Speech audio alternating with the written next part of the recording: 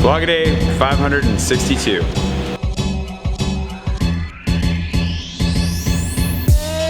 Good morning. It is Monday.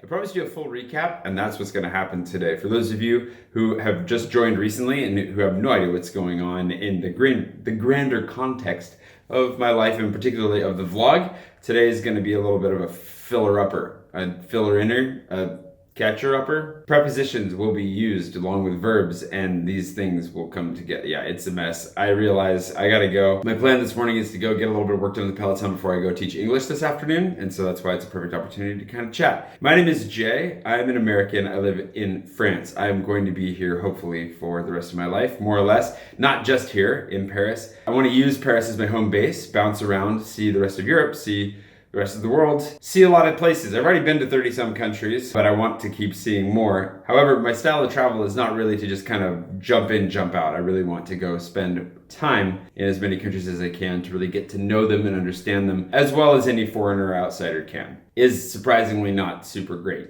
I mean, I feel like I'm fairly anthropological and, you know, I'm a very educated man, but at the same time, I'm not. I still gotta work on it. Anyways, I'm here on an artist visa, largely based off my writing originally. I thought, I don't know, now more because of YouTube and because of the videos that I do and the voice acting that I do, those kinds of things. Basically the stuff that you end up paying taxes on. That is what the French government is most concerned about me right now, is that I'm paying taxes. And I am, and as long as I am, I think they're pretty happy. But how, you might ask, did I get here? Well, let me tell you.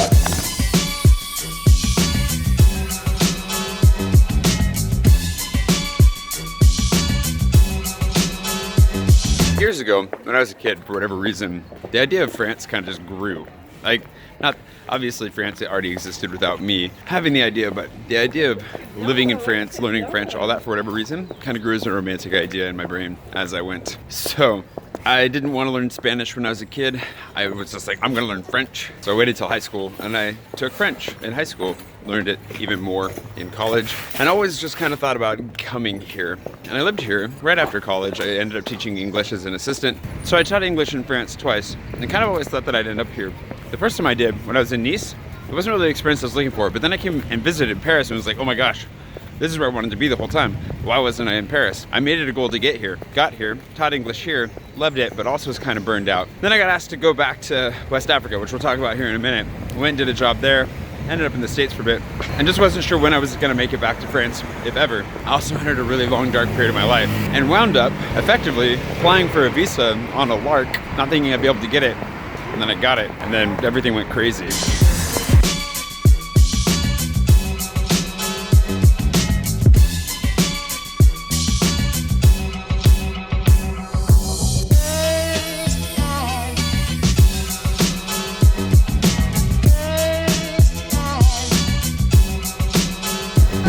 I grew up in a small town called Pullman in Washington State. For those of you who are not Americans, Washington State is very different from Washington, D.C.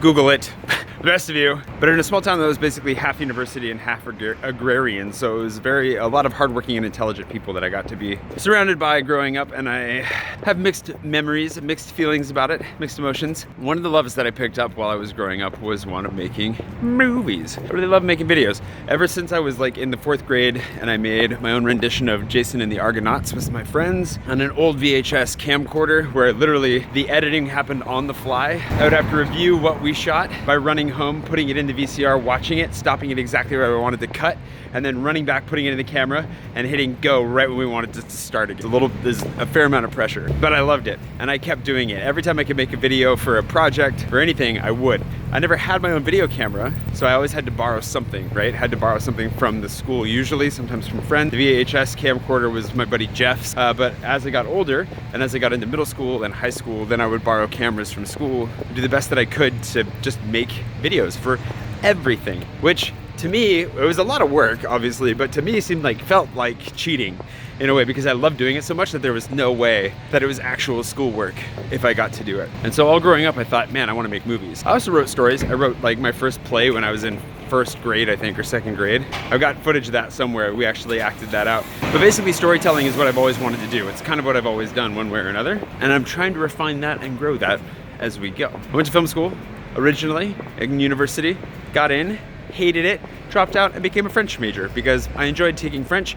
French was my minor, and I figured, well, this will be an easy major, and that way I can hang out with friends and do fun things, as well as get a degree. Because back then, it only mattered that you got a degree. It didn't matter what your degree was in. Then the recession hit, and all that changed, but, you know, that's history. Who's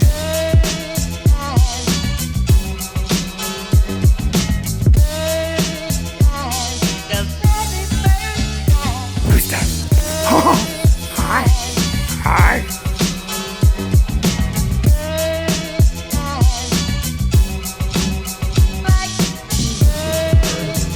I do not know what's in this.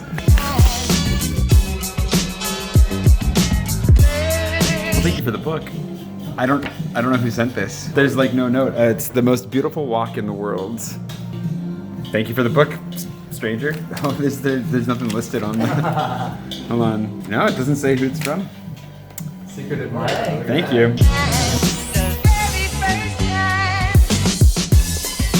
Sometimes people send me stuff. Thank you to whoever sent me the book. I'm gonna check it out. It looks like little vignettes about Paris, like walking around Paris. So we'll give that a try. I'm gonna find some food because I gotta head out to teach now. Still not really looking forward to it. Feeling a little bit like, ugh. Today I wasn't writing so much. I was trying to get on top of some work I'm doing for a company called InstaFreebie. They facilitate free giveaways of ebooks. I'm teaching a crowdfunding course for them. We can talk more about crowdfunding at some other point. But it all ties into my writing, my science fiction fantasy writing. I've done some Kickstarters for that. I plan on doing another Kickstarter for a book very soon. We'll talk more specifically about those books tomorrow for Writerly Wednesday. But I do like to talk about writing, my books, my hopes, my dreams surrounding my books. And if I could spend more time writing books, I'd be ecstatic, very, very happy. So that's one of the big goals for me in life in general, is to spend more time writing books along with travel. I've written 7. I've written like 9 and published 7 and unpublished 3.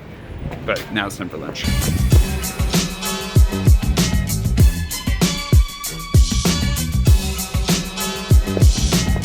Quiche for the road. One of the ways you can tell I'm a foreigner, that I'm not French at least, is that I eat on the go. The French don't do that, but I don't have time to sit down and eat. Got too much stuff going on. So I write science fiction and fantasy. I've been chastised for not talking about it enough lately. I'll try to talk about it more, but we're going to be talking about it a lot in the near future because I'm thinking about kickstarting a post-apocalyptic that I wrote recently. And we'll talk more about that tomorrow, like I said, but I have written a bunch, and I had this goal of self-publishing 1,000,000 words before I figured that I'd be any good at actually writing books. And that's kind of true. It takes a lot of writing, a lot of practice to get there, but it's a huge part of my life, and it's something that I do regularly, as much as I can at least. And I'm trying to figure out what to write next, and that again is a whole nother conversation. But I spend a lot of time in coffee shops sitting, writing, and the dream would be right now to be able to spend my mornings writing, my afternoons exploring, and my evenings editing my vlog.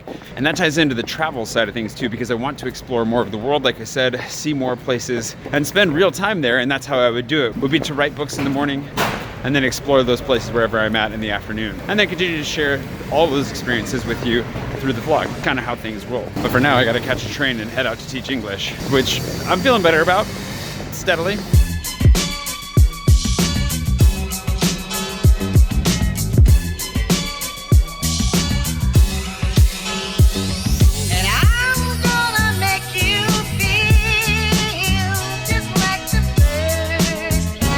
Unfortunately, writing doesn't pay, and I also have a lot of different curiosities about the world, which is why I found myself being a party to a number of different projects recently. And my getting here to Paris and my vlog taking this crazy turn, my life taking these crazy turns, it's kind of a whole nother story unto itself, which we'll get into right about now.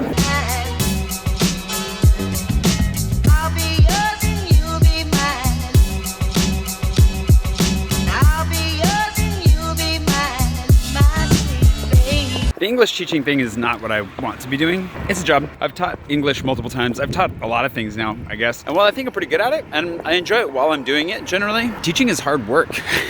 And if it's not really your passion, it's really hard work. So it's a good job to have for now. And it's actually one of the catalysts that got me here. For those of you who are new to the channel, how I got to Paris part might be what you're most interested in. Also, this is a pizza and sandwich shop over here on the side. Woo.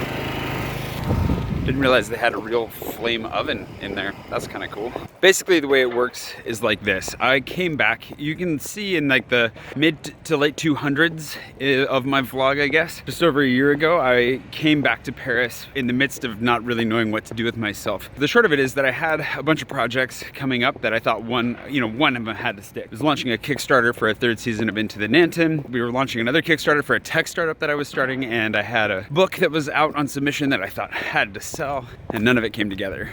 All of it basically fell apart at the same time. And that was pretty devastating because I put a lot of effort into them, a lot of risk, really overextended myself, was living with my parents to try and save money, burning through my savings, burned through my retirement, burned through everything. Ended up going to the Caribbean to house sit for a friend, which is in the vlog, and started to kind of feel like, okay, maybe I need to go back to Paris. Came to Paris as a surprise, didn't tell anybody that I was showing up here.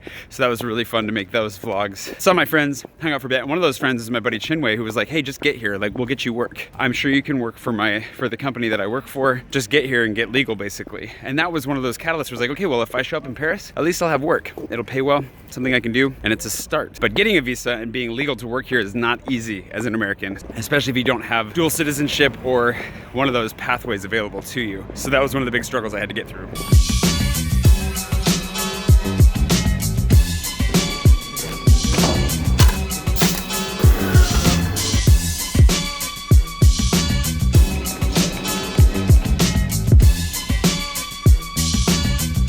Good day teaching. I always enjoy it way more than I think I'm going to, and always end up leaving feeling fairly satisfied from the teaching gig. So that's nice. And it is a good job. The thing is that it's not a job that gets you a visa, and the whole visa situation is deserving of its own video, and I'll make one here soon. But I went out on a limb and applied for a visa I didn't think that I would get. I ended up not getting that visa. I was given another visa, like a brand new one that they had no documentation on. I didn't know if I'd be allowed to work or not. I didn't know how long it'd be good for, but I was desperate to get out of the situation I was in. I took the chance and just came here. Turns out I can work legally, so that's important. So I was fortunate enough to get that visa, like I said, came here.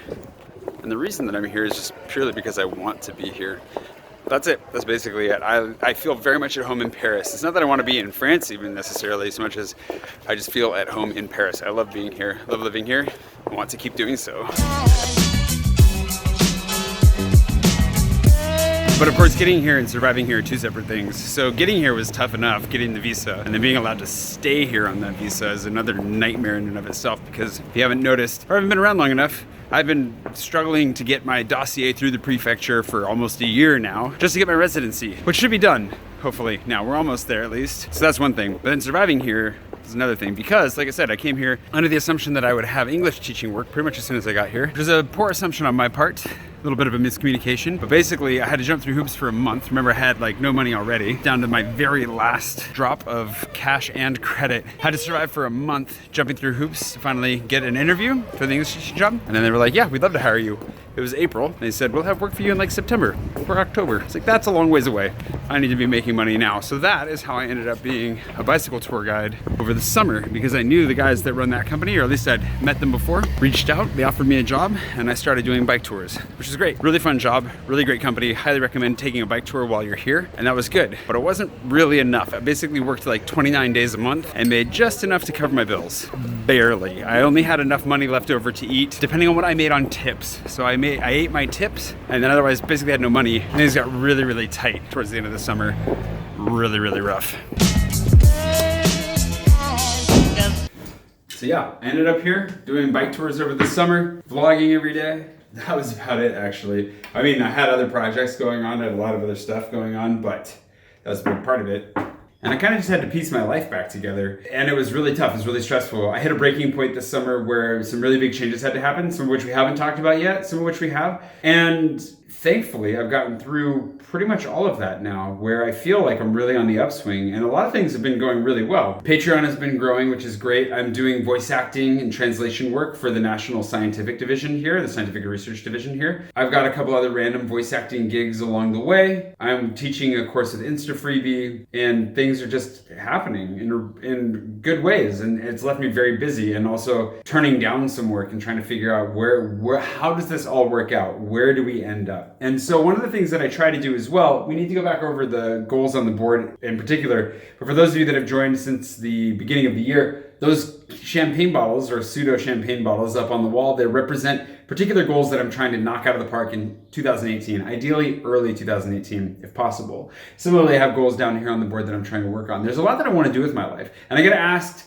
not frequently, but from time to time, and it's a deserved question, like why I use a format that was effectively defined, if not created, by Casey Neistat, somebody who's definitely a huge mentor of mine. I made a video a long time ago about how I basically was just stealing everything I could from Casey from the beginning, just to try and learn and master a genre of video production and pour myself into it and tell my story. And that's it. I basically took a format or a structure, poured myself into it, and I'm just trying to tell my story through that, and then growing and changing it as it goes. And I think my style has evolved quite a lot and will continue to evolve. But my goal in making a vlog has never been to be original, to be the world's best vlogger, to be the world's best filmmaker, to be the world's best anything. So many of the goals that I had when starting out were to build an audience, yes, but to develop personally, like get video to be a part of my life again regularly, because I love making videos, but I wasn't making them anymore. So making videos regularly, improving in that, being able to speak in public, talk to a camera no matter where I'm at, get faster at it, get better at it, and create a journal of just where I've been and where I'm going.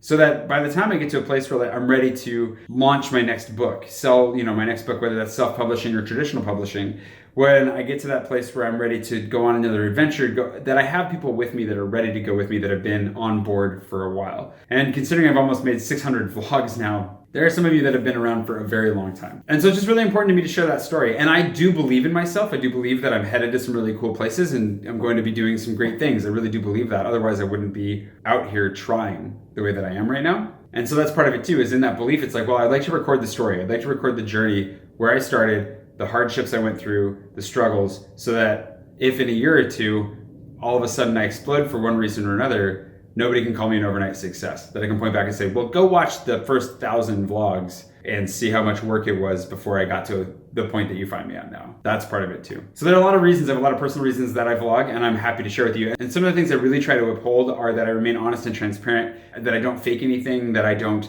reproduce things as best I can, and that what you see is what you get on any given day. And that's me. I hope that filled in some gaps and brought you up to speed. I'm currently here in France. My visa, assuming I get it, will last for 4 years. Then I'll renew it, and then I'll try to get citizenship and have dual citizenship between the States and France. I'm never gonna give up my American citizenship, but having European citizenship would be choice, and I would really like that. There's a lot of traveling that's gonna come up in the near future, hopefully. Within France and outside of it, there are a lot of cool adventures coming along. Going back to Africa to visit that hospital ship I used to work on, which I don't even know how much we covered that. There is a Draw Your Life video in the FAQ. So if you go down into the description, find that. There's a Draw Your Life video that'll kind of bring you up to speed on a lot more details about my life as well. But thank you so much for subscribing, for joining in on this craziness. I hope that this all made sense. If there are gaps that you're dying to have filled, please let me know. Tomorrow, by request, I'm going to pitch Agnar's Box and Courier's Off Grid to you so that you know what to expect from those two books. And we're about to get back into editorial calendar mode, which is going to be very good. And we'll have some good stories to tell, especially as we get close to going back to West Africa. I'm going to tell some stories that'll give you a good idea of what it is we're walking back into. That's definitely a key component as well. So with that, I'm debating whether I should eat dinner and work or go for a run, then eat dinner, because I'll get a lot less work done if I do that. But I also need to go for a run. I hit my goal of 4 runs last week, by the way. So we are on par with that. And tomorrow is the weigh-in. So we'll see if I lost any weight this week or not. I'm still pretty scared about that. If you haven't subscribed yet, please do subscribe. I'd love to have you around. You'll get to see a lot more of Paris. English teaching days, a little bit less of Paris, just because I have to leave Paris to go teach English, and then you're in a classroom all day, and I'm not going to show you that. But if you want to see more of Paris, want to hear more about writing, creativity, travel, life abroad, blah, all that kind of stuff, then please do subscribe, and it'll be totally worth your while. That said, have a nice night. See you tomorrow.